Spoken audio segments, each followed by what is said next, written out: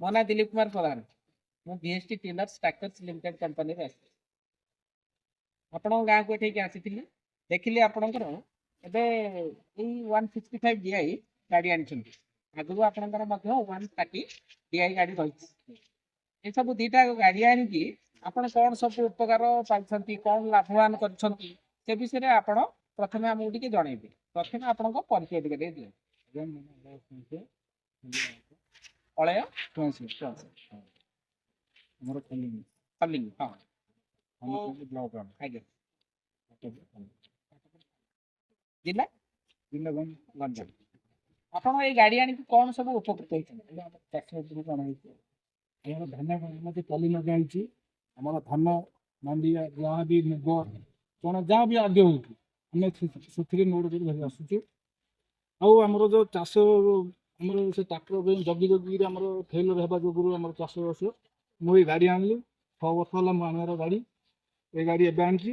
6 ବର୍ଷ ତଳେ ଆଗରୁ ଥିଲା 130 ଥିଲା ଗାଡ଼ି। ଆଉ ସେ ଗାଡ଼ି ପାରିଲାନି ଯେତେବେଳେ ଏ ଗାଡ଼ି ଏବେ ଆଣିଛି।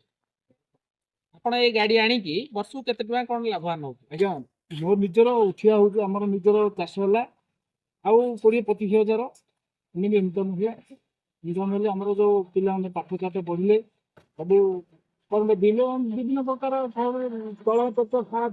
ଏ ଗାଡ଼ିରୁ ଯାହା ରୋଜଗାର ହଉଛି ଘର ଖର୍ଚ୍ଚ କରିବା ସହିତ ପିଲାମାନଙ୍କର ପାଠ ପଢ଼ା ଖର୍ଚ୍ଚ ସବୁ ଜଣେ ମେଣ୍ଟେନ୍ କରିପାରୁଛନ୍ତି।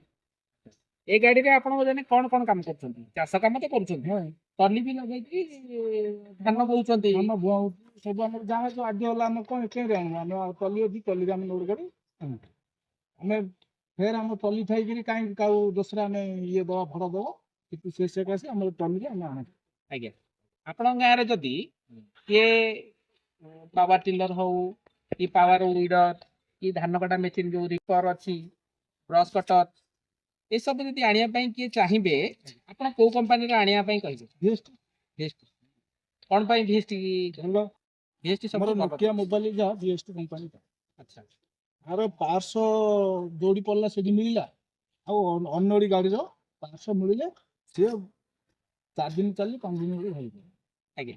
ଏ 500ର ଠିକ୍ ଭଲ ରହୁଛି, ଭଲ ଲାଷ୍ଟିଂ ଦେଉଛି, ଭଲ ୱାରେଣ୍ଟି କରୁଛି।